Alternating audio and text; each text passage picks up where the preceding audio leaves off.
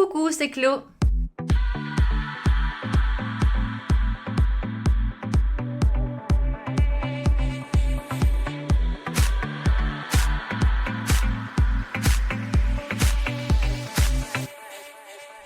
Comment ça va tout le monde ?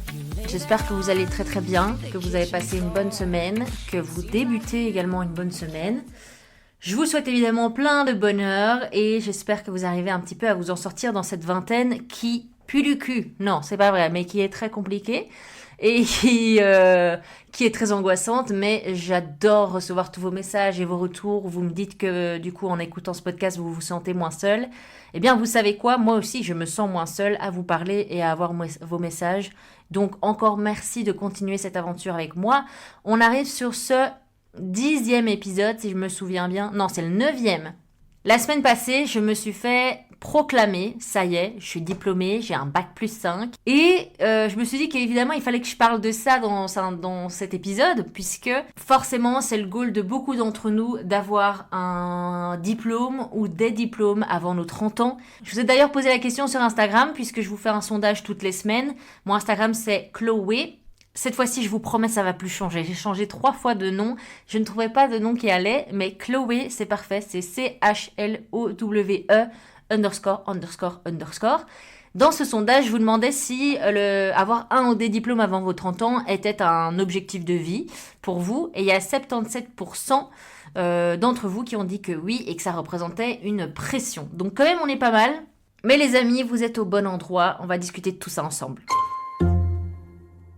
On va parler évidemment de la statistique du jour, on va parler de l'impact psychologique, de vos témoignages, je vais vous donner des conseils pour comment décrocher un emploi, même si moi je n'en ai pas encore décroché, mais j'ai été m'aider d'une source très importante, c'est-à-dire ChatGPT. On va découvrir les conseils qu'il nous donne ensemble. On va parler salaire, on va parler inspiration, enfin bref. Installe-toi bien, mets bien tes petits écouteurs dans tes oreilles, ton casque ou le volume à fond et c'est parti! J'ai des statistiques à vous donner de la France et de la Belgique. La France, je vous mets dedans parce que apparemment, je fais partie du top 30 des podcasts en bien-être, en santé mentale chez vous. Je suis choquée. Bah, c'est trop bien. Merci beaucoup d'être là. D'ailleurs, s'il y a des Suisses qui nous écoutent, n'hésitez pas à vous manifester pour que je donne des statistiques en fonction de votre pays aussi. Donc en France, il y a 40% des jeunes qui obtiennent au moins un bac plus 3, mais ça varie selon les pays et les secteurs. Non, voilà. On va recommencer. En France, 40% des jeunes obtiennent au moins un bac plus 3, mais ça varie en fonction des secteurs et c'est une source de l'INSEE. C'est quand même un beau chiffre, 40%. Et puis en Belgique, j'ai trouvé que cette stat qui différencie les genres. C'était une stat de StatBel qui a été faite en 2023. 57,3% des femmes et 42,6% des hommes de 25 à 34 ans ont un diplôme d'enseignement supérieur. Bon, je vais pas amener mon féminisme ici, mais en vrai, les filles, on est beaucoup plus à faire des études. Donc, sans surprise, une bonne majorité des gens ont un diplôme d'enseignement supérieur, mais pas de panique. Vous n'êtes pas obligé d'en faire si ça ne vous tente pas, et surtout, il y a certains secteurs qui n'ont pas besoin d'avoir un diplôme. Mais cette pression, elle vient d'où ? Elle peut venir des attentes familiales. Par exemple, dans certaines familles, c'est obligatoire d'avoir un diplôme dans certaines cultures. Et c'est clair que nos parents, ils nous ont toujours rabâché les oreilles avec fais un diplôme. Ça peut foutre une pression, même si personnellement, ce n'est pas dans vos attentes. J'ai d'ailleurs un témoignage de Alexis, un auditeur, qui dit que sa famille voulait absolument qu'il aille au bout des études qu'il avait entamées. Mais lui, il sentait que sa place était ailleurs et donc il a quand même pris le risque d'aller tenter d'autres études et de pas aller au bout comme sa famille aurait voulu. Mais je comprends un peu les deux côtés et déjà félicitations à toi d'avoir eu la force de dire non, d'avoir eu la force de suivre ton instinct tout simplement. Et je comprends aussi les parents où eux, ils sont dans une génération où vraiment avoir un diplôme, ça faisait la différence. C'est clair que dans leur génération, ils allaient plus facilement au bout des choses alors que nous, notre génération Z, un petit peu starbé, si on se sent pas bien à un endroit, on bouge et moi j'adore, je trouve ça trop bien. Au moins on est sûr parce que bon, les choix qu'on fait maintenant, ce sont des choix qui sont déterminants pour notre vie, toute notre vie, donc il faut se faire confiance, il faut s'écouter et il faut se lancer. Évidemment, il y a une pression sociétale, sinon ça ferait pas partie de ce podcast avant 30 ans. Le diplôme est vu comme un symbole de succès et de sécurité financière. Vous allez aussi vous comparer sur les réseaux sociaux, forcément, ou avec des repas entre amis, parce que la plupart de vos amis font des études. Et alors, n'en parlons pas si vous avez l'application LinkedIn, parce que là, my God, comment les gens affichent leur succès. Bon, après, c'est le principe de l'application, mais c'est vrai que parfois, tu peux te sentir un peu comme une grosse merde. Alors, quel impact psychologique ça peut avoir? Évidemment, énormément de stress, aussi bien avant les études, on ne sait pas quoi faire, pendant les études, c'est super dur, faut étudier, est-ce que j'ai choisi la bonne voie, etc. Et après les études, t'as un peu ce sentiment d'imposteur. Enfin, perso, là, j'ai un bac+5, donc j'ai un bachelier en communication et un master en relations publiques. Je suis censée être une pro des relations publiques, mais pas du tout. Enfin, je me sens tellement pas légitime, je sais pas pourquoi, alors que oui, j'ai étudié pour, mais il y a rien à faire. Je pense que on apprend beaucoup mieux sur le terrain que derrière les bancs de l'école, quoi. Imaginons, je vais à un entretien d'embauche pour un job justement dans les relations publiques et je suis face à quelqu'un, ça fait 5 ans qu'il a de l'expérience là-dedans et qu'il n'a pas fait forcément un master là-dedans. Ben, je trouve qu'il mérite plus sa place dans le sens où son profil est plus intéressant, il a plus d'expérience, quoi. Mais moi, j'ai un master, donc sûrement qu'ils vont me prendre moi parce que j'ai un master. Mais c'est aussi pour ça qu'on a fait les études, c'est parce que on nous a dit que il y avait plus de sécurité, mais je trouve que on n'est pas forcément plus légitime que quelqu'un qui n'a pas fait d'études, quoi. On parlait de la famille tout à l'heure, mais ça peut créer de l'anxiété, la peur de ne pas réussir, la peur de ne pas répondre aux attentes des parents, de la famille. Imaginons que tu es dans une famille d'avocats et toi tu as envie d'être artiste. C'est clair que la pilule va avoir du mal à passer et je trouve ça tellement dommage parce qu'on est tous différents. On ne doit pas être forcément comme notre famille. On est né avec des centres d'intérêt différents, des compétences différentes. Le nombre de gens qui ont fait, je sais pas moi, des études de droit alors qu'ils voulaient pas du tout faire ça et qu'après font un burn-out. Déjà un burn-out à 25 ans. Alors si vous voulez vous éviter ça, c'est clair qu'il faut choisir votre voie et vous écoutez vous et votre famille, il va falloir qu'elle accepte ça de toute façon. J'ai d'ailleurs un témoignage de Laura qui m'a dit « À force de vouloir tout faire parfaitement pour mes parents, je me suis épuisée avant même d'avoir mon diplôme et donc elle a fait un burn-out académique et elle n'a pas été au bout de ses études. » Laura, je t'envoie toute ma force. J'espère que tu vas mieux. J'espère que tu as pris du temps pour toi, que tu as pris du temps pour réfléchir à ce que tu aimais vraiment et que tu as pu te lancer, que ce soit dans des études ou direct dans la vie active, dans quelque chose qui te plaît. Je t'envoie plein de bonnes ondes. On va maintenant lister les avantages et les inconvénients d'avoir un ou des diplômes. Bon, forcément, si vous voulez aller dans une profession assez spécialisée, vous allez devoir avoir un diplôme. C'est obligatoire, comme si vous voulez être médecin, si vous voulez être dentiste. Donc forcément, là, va falloir passer par la case diplôme. Mais il y a d'autres professions, comme par exemple dans les médias, là où moi je suis, t'es pas obligé d'avoir un diplôme. Là, ce qui fonctionne, c'est l'audace, c'est la créativité. Alors dans les avantages, apparemment, tu aurais une accessibilité plus facile à l'emploi.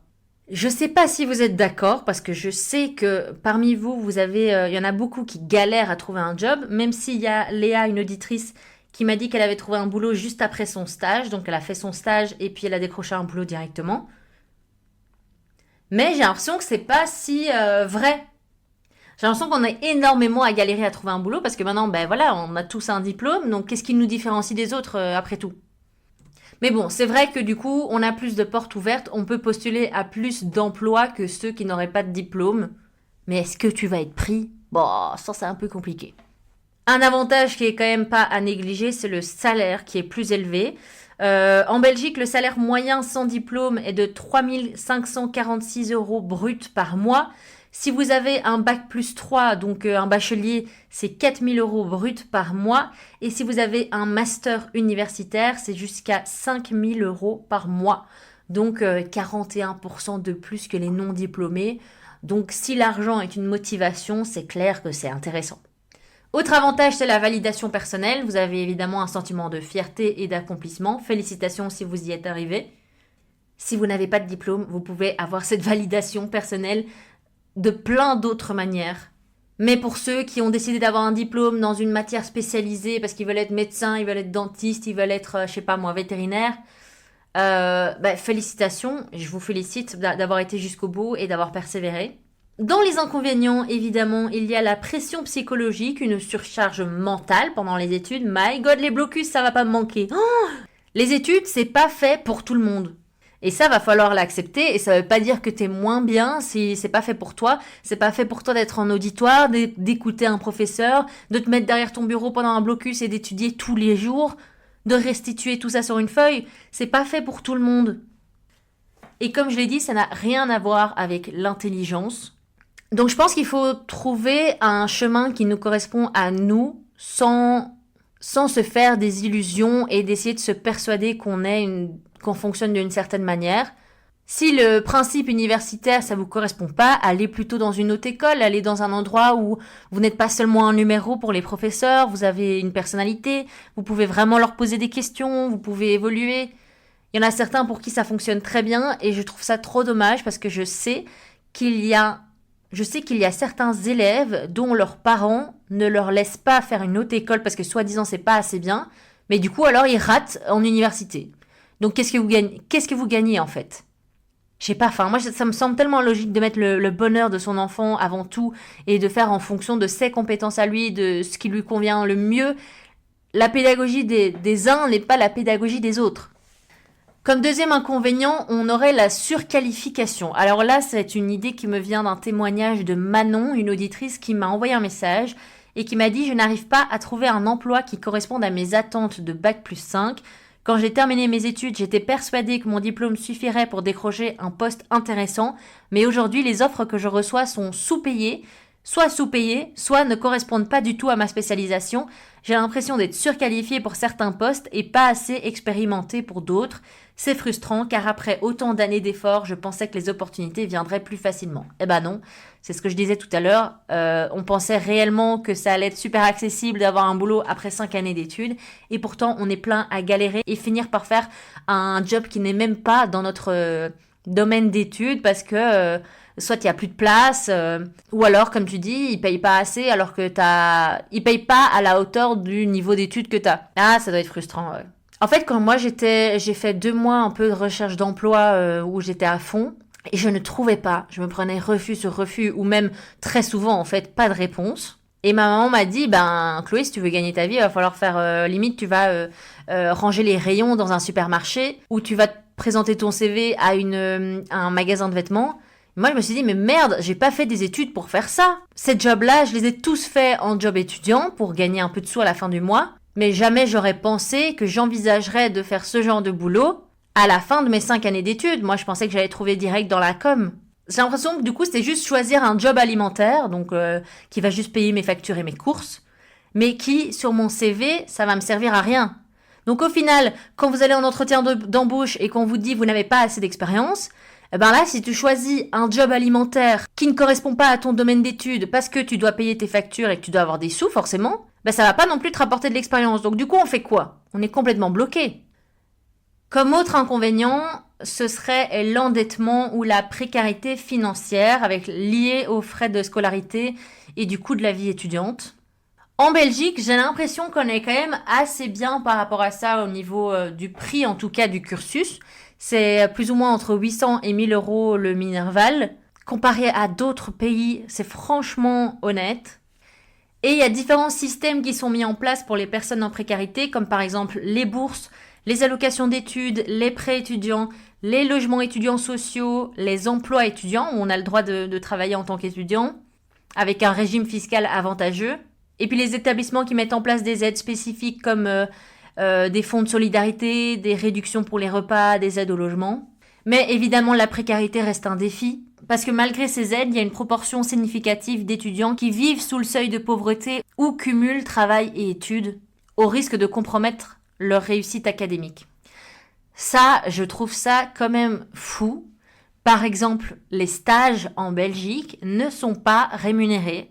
Et donc, si tu veux continuer à gagner ta vie, eh bien, tu dois toute la semaine aller à ton stage non rémunéré et travailler à ton petit job étudiant le week-end. Donc, en gros, t'as pas de vie perso, quoi. Et ça, je trouve ça super grave.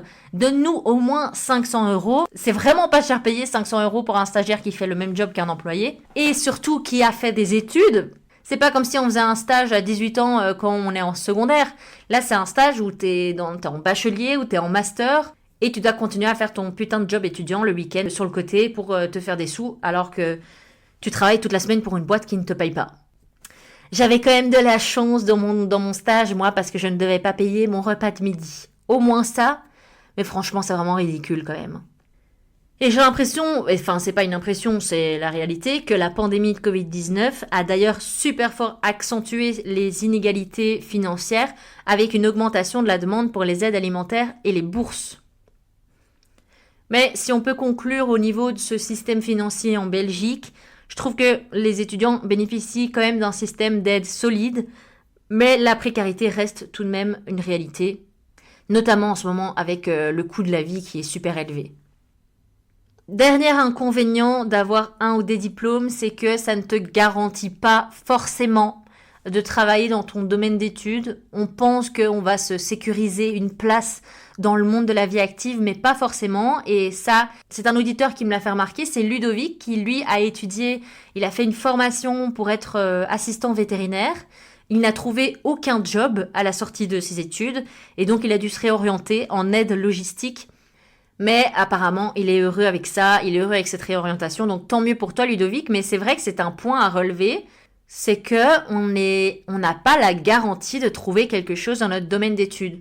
Donc je pense qu'en fait, pour moi c'est super important, vu qu'on est énormément à faire des études maintenant, que c'est limite devenu une norme. S'il y a un domaine qui vous intéresse en particulier, n'hésitez vraiment pas à le développer à côté de vos études, ça vous donnera quelque chose en plus que les autres.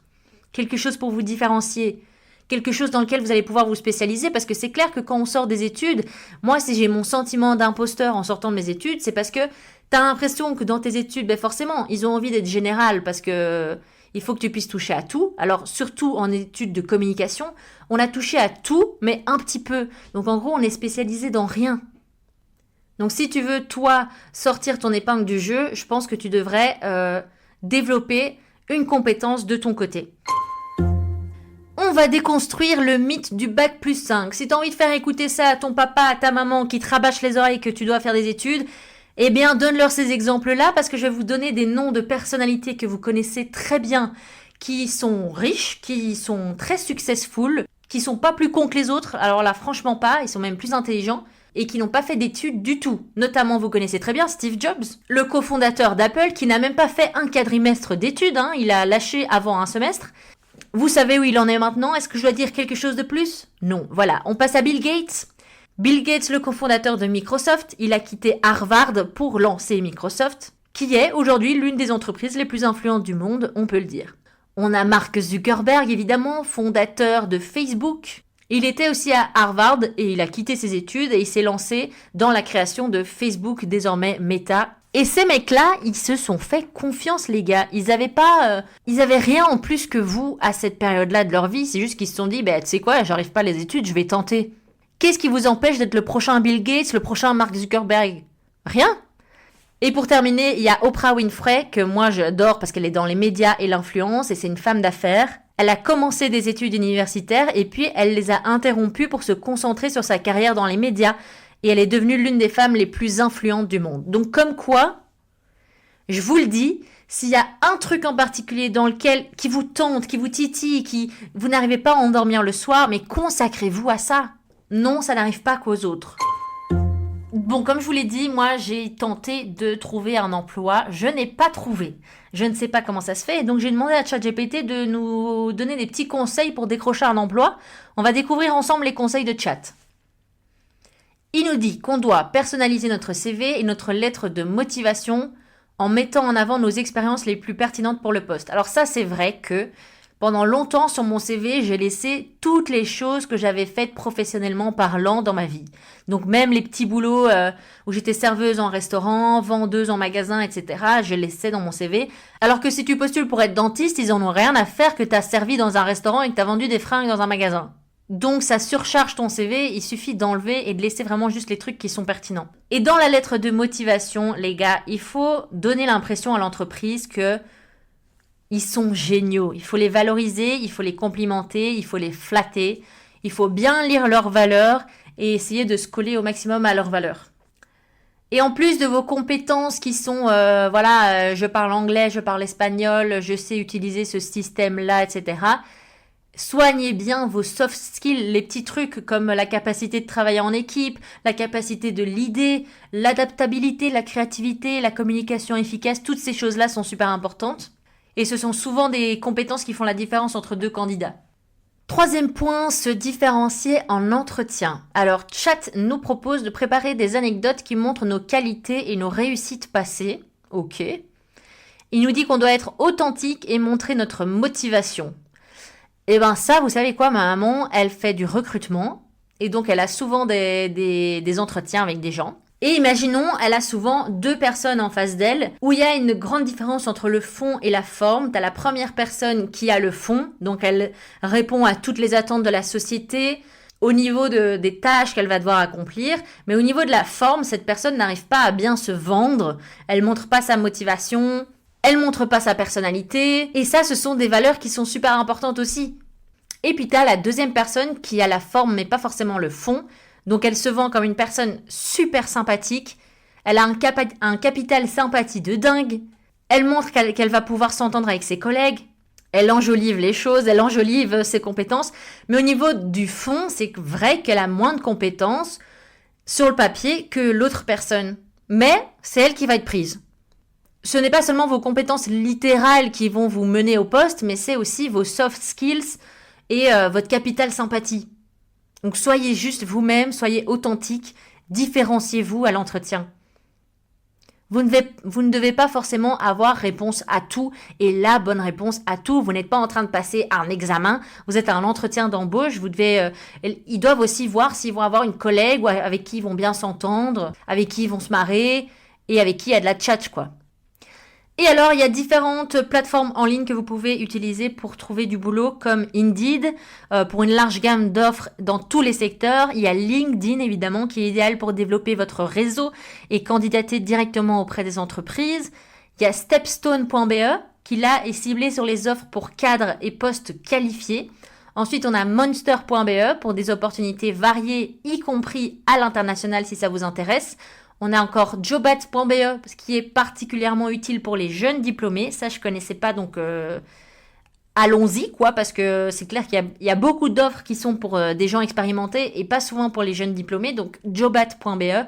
Et enfin, on a Actiris pour Bruxelles, Vedab pour la Flandre et le Forum pour la Wallonie, qui sont des portails publics avec des offres locales et des conseils emploi. 5e conseil de Chat, c'est construire son réseau.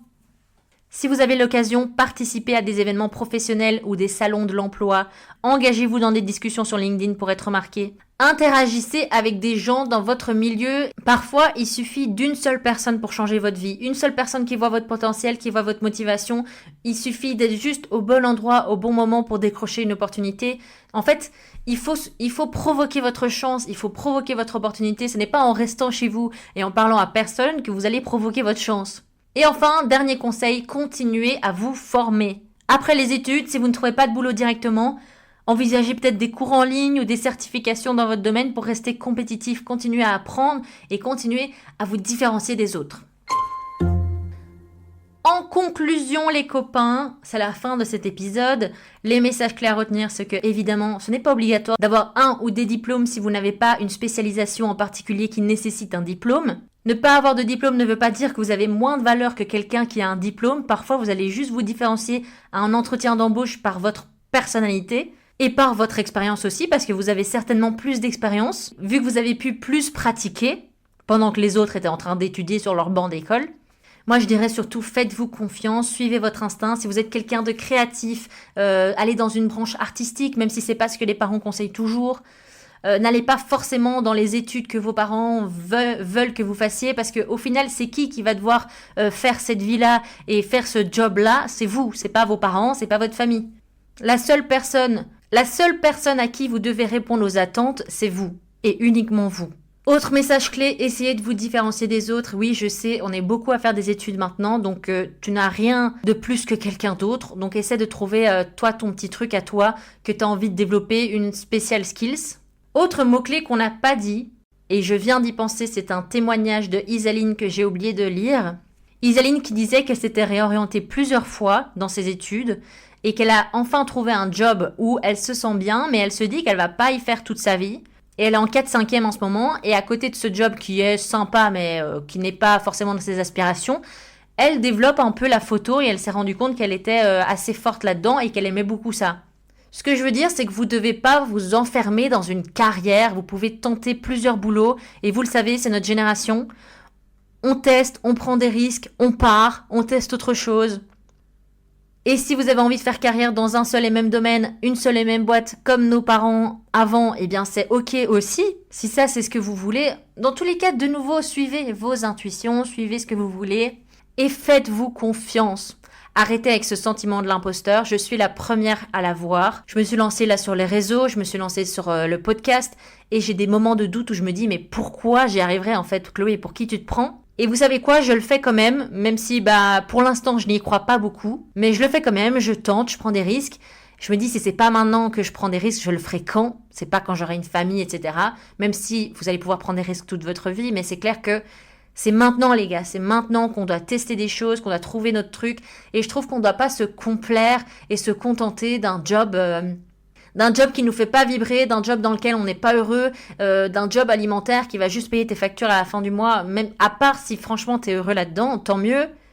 Mais si vous n'êtes pas heureux là-dedans, n'oubliez pas qu'on passe 70% de notre vie au travail. 70%. Donc quitte à avoir un travail qui paye moins, mais dans lequel vous êtes plus heureux, vous préférez quoi en fait ? Et dernier mot que je vais dire qui fait partie des conseils du calendrier de l'Avent 30 ans. Si vous ne connaissez pas ça, c'est un calendrier de l'Avent que j'ai lancé sur les réseaux sociaux, là sur Instagram et TikTok, dans lequel je vous donne des conseils pour naviguer dans la vingtaine et également des cadeaux. Rejoignez-moi si ce n'est pas encore fait. Mais l'un des conseils qui va être dévoilé, c'est un conseil d'une personne âgée que j'ai trouvé sur YouTube qui a dit « Personne n'a dit sur son lit de mort « Mince, j'aurais dû travailler plus ». Personne. Souvent, ils disent « J'aurais dû plus profiter de mes proches, j'aurais dû développer cette passion, j'aurais dû m'écouter tout simplement. » Vous avez encore le pouvoir en main de choisir la direction de votre vie tout simplement. Vous êtes le chef d'orchestre de votre propre vie.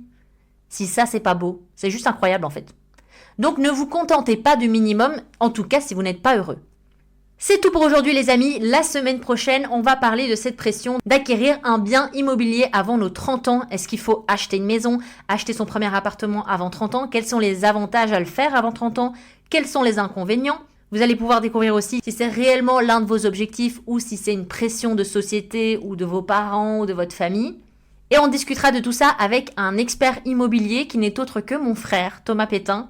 Il s'y connaît vachement dans le sujet et donc je trouvais ça super pertinent de l'avoir sur le podcast. J'ai trop hâte de vous le présenter. En attendant l'épisode de la semaine prochaine, rejoignez-moi sur les réseaux sociaux, Instagram et TikTok, Chloé. J'ai hâte d'avoir votre avis sur cet épisode, d'avoir vos réflexions et de vous offrir des cadeaux pour le calendrier de l'Avent 30 ans. D'ici là, portez-vous bien, je vous fais plein de bisous. Ciao ciao.